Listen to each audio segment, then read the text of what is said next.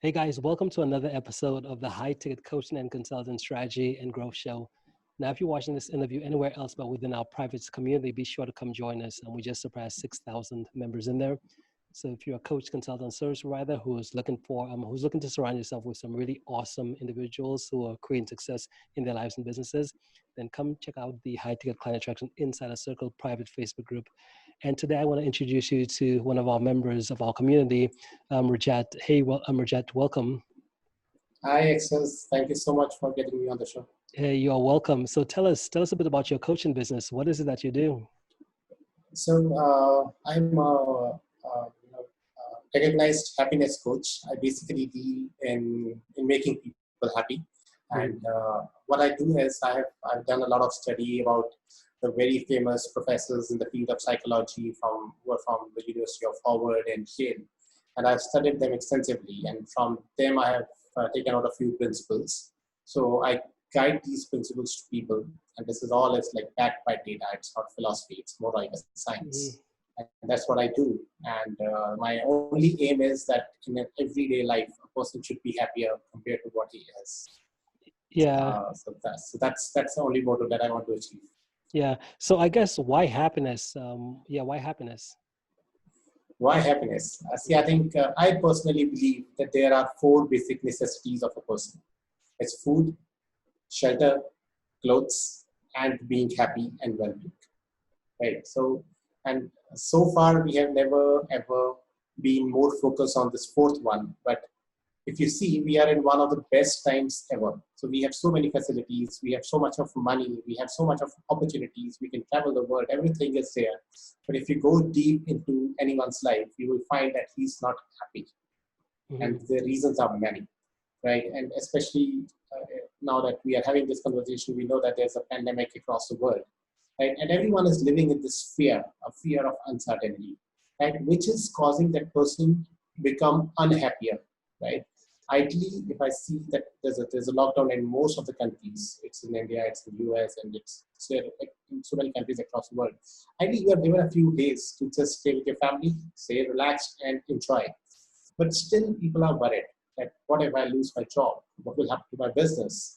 What will happen to my health? What if I die? What will happen to my family? Things like that. They're always thinking all these negative things, unaware of the fact that we have so much to enjoy in these 24 hours that are given to you. So why not do that? And that only needs a bit of shift in your thinking pattern. Hmm. And that is how you can live a happier life. Yeah, yeah, And yeah, your fourth necessity will be met with that. yeah. Awesome happiness. So with happiness now, how do you gauge your happiness level? Then is it something you should always be? Is it like is it like context? Like what's your how? I guess yeah. How do you do it in terms of knowing where you are in the happiness scale? Right. So there are two, three ways in doing that. Sorry. So usually in my workshops, what I say is I just ask every person to give himself a rating on how happy he or she is in their own life. Hmm. And looking in various contexts, we usually rate that, okay, maybe I'm 6 on 10 or 7 on 10, things like that. And by the end of the workshop, when we make them to do so many other activities and get them involved, then again we ask them that, okay, what rating you want to give to yourself? So they are usually so inspired and motivated and happy during the workshop that they now say that, I am at 8 or 9, sometimes even 10. So Hmm. that is one score which you as an individual who's a part of a workshop is okay. And the second, there are more ways which are more like a paid product. So there are so many institutes who have created a questionnaire where you have to answer so many questions.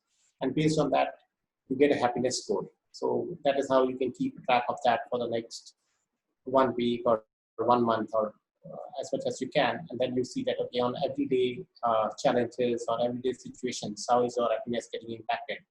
And then you can always go back and tag that, okay, this day I did all these activities which made me happier, and that's why my happiness level is pretty high. Whereas these days I didn't practice those rituals, and moreover I mean there were more unhappy experiences that I encountered. So that's why my score is comparatively less. And therefore you understand that, okay, yeah, how important those principles are to be followed on a daily basis. Hmm. Yeah. Now, what got you interested in happiness, Coach? Like, how did you get to doing this today?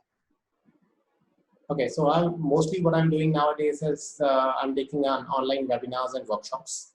So that's the only way we are doing it. In fact, since I had the last 60 days when I was completely locked down at home, so I started writing a book.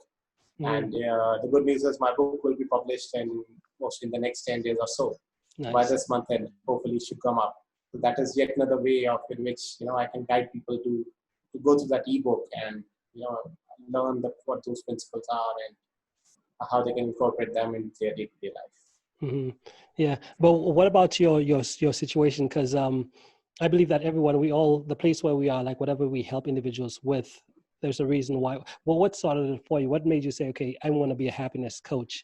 Was there something that you saw? What got you interested in it? Right. So yeah, there's a small incident about my life. In fact, I always say that in my life there were like four dark phases, right, which taught me. And I mean, during these four phases, I was very, very unhappy and even almost went to depression. But then every time, in every phase, I learned a new thing, which brought me back to my normal life. Otherwise, I'm like a very happy-go-lucky person, and my one-liners are very witty. That's how people get connected with me. So what happened was that I mean, this happened like 3 4 years back. So my organization has given me a pink slip, and they asked me to leave the organization. So I was unemployed for like 2 3 months, and one of those days, now I had a family to survive. I had some mortgages to pay, and of course there are home household expenses. One day I was just sitting, and one of my colleagues, he came and he was talking with me, and he just said one thing. He said, "Rajat, uh, you are unemployed at the moment, but I always see a smile on your face. You're always like happy and you're like very optimistic that okay, the things will be fine in a few months. Whereas I am still in work, I'm getting those regular checks, and my house Hmm. is running, but I'm still very tense, very depressed. Why is it so?" So at that time, I never had this answer with me, but this question made me to think that what is it that exactly I'm doing, and why is it that I'm feeling okay even in this kind of a situation. So that is when I started, as I told earlier, I started studying the subject of happiness and realized that all these principles were something which I have been following since my childhood, or maybe as I grew. And slowly I made them as a part of my habits or as a part of my rituals. And Hmm. that is why I could feel okay or normal or happy even in tough times. So I thought, why not tell it to the rest of the world who are right now living in, I mean, even if they have everything, they are not happy. So let me guide them in case people are really interested in living a happy life. Yeah, yeah. So what was it for you? How did you, what's in your psychology that made you just be this happy person even when things weren't going the way you want them to? I'm sorry, I didn't get that access. Yeah. So what was it like? Because you said it's you've been practicing it because your friend said, "Hey, Right, you're unemployed. You don't, why are you so happy?" right. and stuff like that. But you were Okay, still when you thought about it, you realized, okay, you've been practicing it. So what were right. you practicing? How did that look for you? Was it like you were thinking about good things? Like what did it you did? Yeah, so even in my book, I have actually mentioned the 10 key principles, and I can talk about a couple of them at the moment. So Mm-hmm. one thing which I always do is I have this gratitude journal. So every day I write about three things which I'm really thankful for. So for Mm-hmm. example, in today's time, and I would really want this world to hear this, that in today's time, if you are worried about your job or your business or your future, just see what already you have. I mean, you are first thing is you are already safe, and I'm assuming the people who are not hit by the virus, so you are already healthy. Your family is still healthy. You are at your home. You have a house to live in, and you have sufficient money to survive, say, next few months. So that means you're regularly getting supplies, so good amount of food that you can eat. So you should be thankful for that. That okay, I've been given this time to rest, to pause myself, to think about myself, to spend more time on my own development, on my fitness, Yeah. on learning a new subject. So why not be thankful about it? So this is something that I've been doing. There's one more thing that I always do is I have this small jar at my home which I call it as the happiness jar. So every day, me and my complete family, before going to bed, what we do is we write about two or three things that made us happy that day. And this could be anything. I mean, it could be Mm-hmm. like I was standing in a balcony and I saw a beautiful bird, and I was like, wow, what a beautiful bird. So I just wrote about it.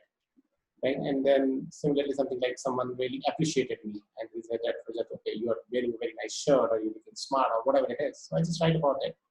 So now what happens is I'm living these happy moments twice now. One, when that incident actually happened, and second, when I wrote about it. And I live it third time. So whenever I'm depressed or I'm not in a good mood, so we go to that happiness jar and we take out a slip and we read about it. So when we read about it, we recollect that happy incident, like, okay, what happened? What made me smile? So, this now the one incident which should have increased my happiness once, now that is increasing my happiness three times. So this is something that we follow at our home. Hmm. Yeah, that's pretty powerful stuff, man. So you're in essence, conditioning it as far as you know Yes, what the behavior is, which is to be happy, and now you're actually doing things that kind of reinforce the happiness. absolutely. Absolutely. And one thing that I do is I really laugh a lot. Hmm. And when I say laugh, I really laugh my heart out. I Hmm. make sure that in one day for 15 minutes I'm laughing. And many times it's like without any reason. I can just laugh out as loud as I can. Just in case I'm not in a good mood, then I watch some comedy movie or comedy serial so that those the happy hormones in our body, they get opened up and you feel so good about it. And in fact, it has so many advantages for your body. Yeah, you get mentally, you get fitter. Health wise, you get a lot of benefits. You can sleep better. That controls your blood pressure, your cholesterol, and in fact, that helps you with a weight loss. So, and nothing. You just need to laugh out loud, which anyways we do. So why wait for some jokes or some good conversation to happen? Why not laugh as such? Hmm. That is something that I practice. Yeah, I love it, man. What about in your life, right? So are there any what do you call them, skills? Are there any skills you've kind of you'd say you've mastered over your life that's gotten you to where you are today? And you're talking regarding the happiness thing, right? Yeah, yeah. Well, it could be any type of skill, whether it's happiness or anything. Okay. So actually, by profession, I was into the field of data analytics, and that is what I've been doing from the last. I graduated in 2006, and since then I was working in that field for Hmm. around 12, 13 years. But but then I realized that that was exactly not something that I was made for. I was doing that for a living, but there is something which keeps me going, and that is like really having a good conversation and being happy and sharing happiness with others. So that is when I started moving into this line. So I'm now, learning a lot about the concept of NLP, neuro linguistic programming. So I'm learning about that and how you can, solve you solve the problem of individuals Hmm. in real time basis by practicing a few things on regular basis.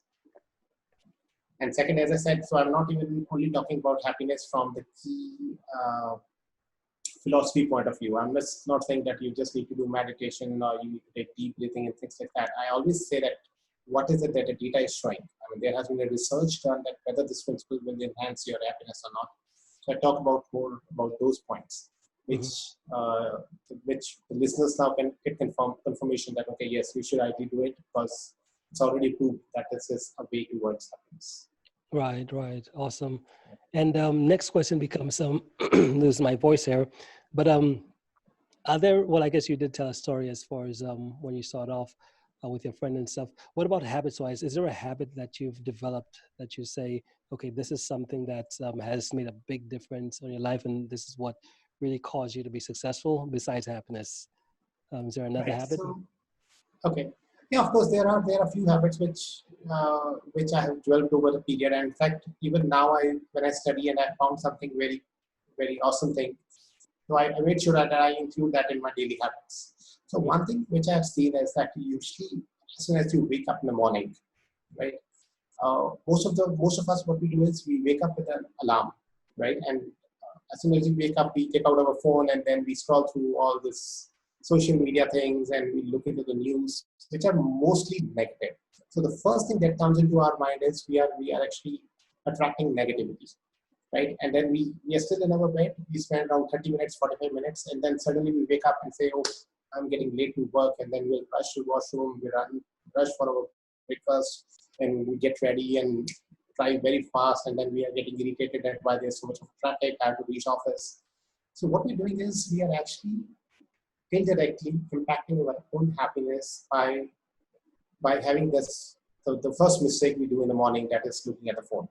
Mm-hmm. When I read about this incident, I made sure that, okay, from now onwards, I'm not going to wake up with a phone. So I check my phone after 1.5 hours of waking up. And usually my phone is on charging overnight. So and I keep it more or less in the second room so that I need not even wake up. So as soon as I wake up, the first thing that I do is I bring in a positive thought. Any positive thought, any good thing that I can think about. So that's even if I have a meeting. So for example, today morning when I woke up, the first thing was that, okay, I have to go live with Extus, and these are probably the answers that I'll be giving. That attracts positivity. And the best mantra that I usually give to people there is, early morning when you wake up, you think that I'm still a bachelor. That gives you so much of happiness that, okay, I'm a free bird. Mm-hmm. Right? So this one small trick really does the wonders, because that gives a very good start to your day. You start your day. It's a happy morning now, and which leads to a happier day and of course a happier life. Yeah, awesome, man. That's some powerful stuff there. So next question becomes, in essence, what's your why, right? So I think Simon Sinek, and that's a kind of like a new question that just popped up in my head right now, right? So he said, start with your why, right? So how do you feel like what you're doing is going to impact the world? What's the why that you have in terms of wanting to affect the world with what you do? See, the why is very simple here. As I told you, that this is the fourth basic need, right? And for people, this is not even the priority, right? So you will see that, every moment of life, we are having so many options, right? For example, at this particular point of time, or maybe after this call, I have an option to either read something or I can go to sleep. And if I read something, what is it? Is it a good book, or is it a bad book, or is it like just again browsing my phone, or is it doing something meaningful, or just wasting my time? Mm-hmm. So if we make sure that we are doing something really meaningful and which is giving some benefit to me and enhances my happiness level, what is better than that?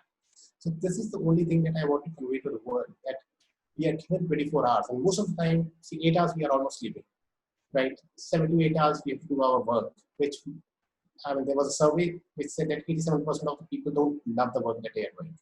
So that means we are almost wasting yet another 7, 8 hours. And then 2, 3 hours more because we are going to work, we are coming back, we are tired, and we have to get fresh, we have to take a bath, and we have to get ready, so leave that. So we are left with only 4 to 5 hours. Now these 4, 5 hours, and they are more than enough. So if you do really very meaningful stuff in these 4 to 5 hours, you can be a much, much happier version of yourself. So that is the only message that I want to convey to the world, that spend maybe 1 hour or 30 minutes every day in doing what makes you happier, not only in your present, but also in your future. Awesome. Because people say that, I scroll through my social media, I feel happy. But, Mm-hmm. but in future, it's not giving you any happiness. Yeah. So maybe do some kind of a reading or see some motivational videos on YouTube or whatever you want to do, but that should enhance your happiness in your present as well as future. Love it, man. And final question is, if someone wanted to reach out, what is the best way for them to be able to connect with you? Right. So I can give you my email address, which is Rajat Khatri @happylifearchitecture.com. Mm-hmm. And I also have a website, which is www.happylifearchitecture.com. And I think the name is very clear, Happy Life Architecture, because we design a happier life of people. Mm-hmm. So that's Awesome. the name of my organization. Yeah, good. And guys, if you listen to this interview, either on the replay or on the live, all the links Rajat just shared, I'll definitely have them right below or above the video, so you can click and connect right with them. Well, man, appreciate you stopping by. Thank you so much for taking the time of your day to be here with me today. Do you have any final thoughts before we end for the day? Not really, but the only thought that I want to share with the complete world is that happiness is not that tough. Right? It's just small changes that you need to bring in your day-to-day life. And over a couple of weeks, you will start seeing a lot of positive changes in yourself. So just practice these small things, make the right choices, and you can really be happy 24/7. Stay happy, stay smiling, stay cheerful, and stay safe. That's what I want to wish to all the viewers. Awesome. Well, thank you again, Rajat. Appreciate you stopping by, and we will be in touch, okay? Sure. Thank you. Thanks to you, Extus, for having me on board, and you have a lovely day ahead. Awesome. You do the same, okay? Yeah. Bye-bye. Cool.